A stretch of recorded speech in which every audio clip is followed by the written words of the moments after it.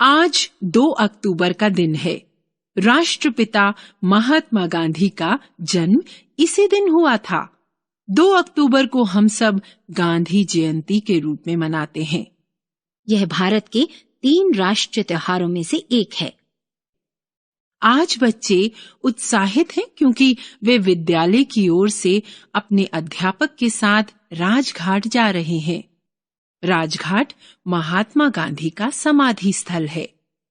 वहां पहुंचकर वे देखते हैं कि वहां बहुत से लोग जमा हैं।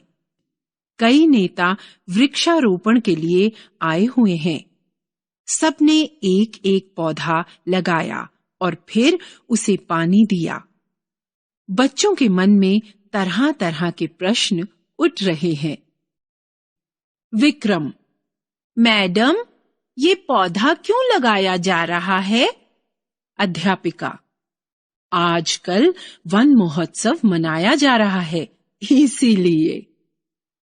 श्रीकांत: वन महोत्सव क्या होता है? अध्यापिका: वन महोत्सव में वृक्ष लगाने का अभियान चलाया जाता है। यह महोत्सव वर्षा ऋतु से पहले आरंभ किया जाता है। इन्हीं दिनों बरसात आरंभ होती है और पेड़ पौधों को पानी मिलता रहता है। इससे वे मुरझाते नहीं हैं। अमित: मैडम, हमें वन महोत्सव मनाने की आवश्यकता क्यों पड़ती है?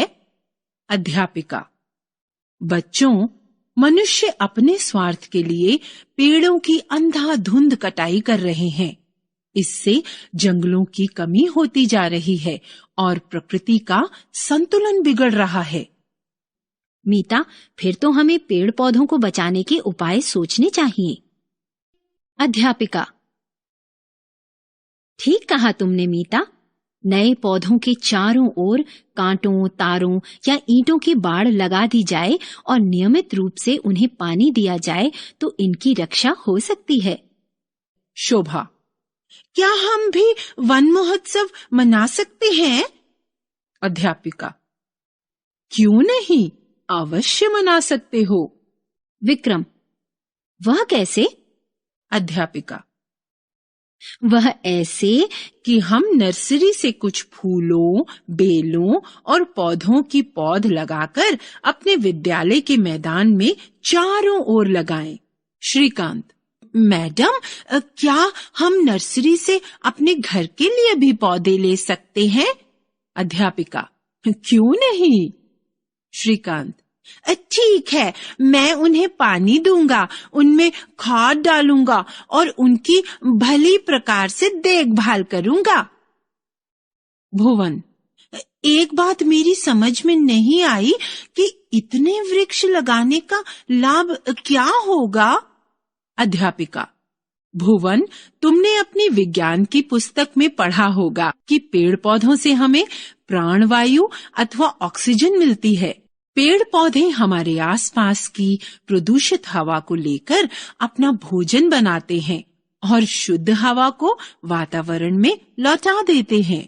इतना ही नहीं, पेड़ की जड़ें अपने चारों ओर की मिट्टी को जकड़े रखती हैं, जिससे वर्षा या आंधी से जमीन कटती नहीं है।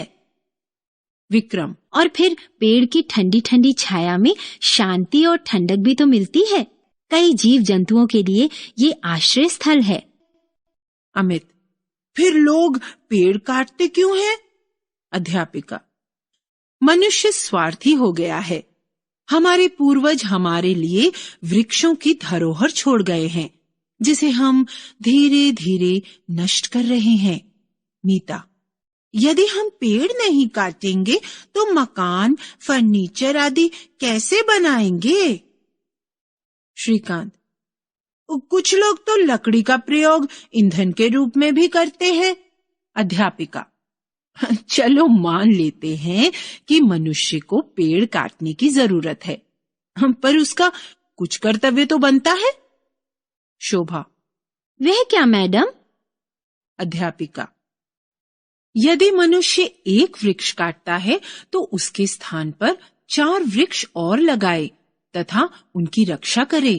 इस धरती की सुंदरता और हरियाली बनाए रखने में हम सबको योगदान देना होगा। यदि हम इसी गति से वृक्ष काटते रहे तो वे दिन दूर नहीं जब धरती पर ऑक्सीजन नहीं बचेगी और इस पर मनुष्य का जीवन समाप्त होने लगेगा। सब बच्चे, नहीं मैडम, हम सब अपना कर्तव्य निभाएंगे और नए वृक्ष लगाकर जनजीवन की रक्षा करेंगे। बच्चों को पेड़ पौधों की उपयोगिता के विषय में काफी जानकारी मिल चुकी थी। इस तरह बातें करते करते उन्होंने गांधी जी की समाधि पर फूल चढ़ाए, उन्हें नमन किया और विद्यालय की ओर रवाना हो गए।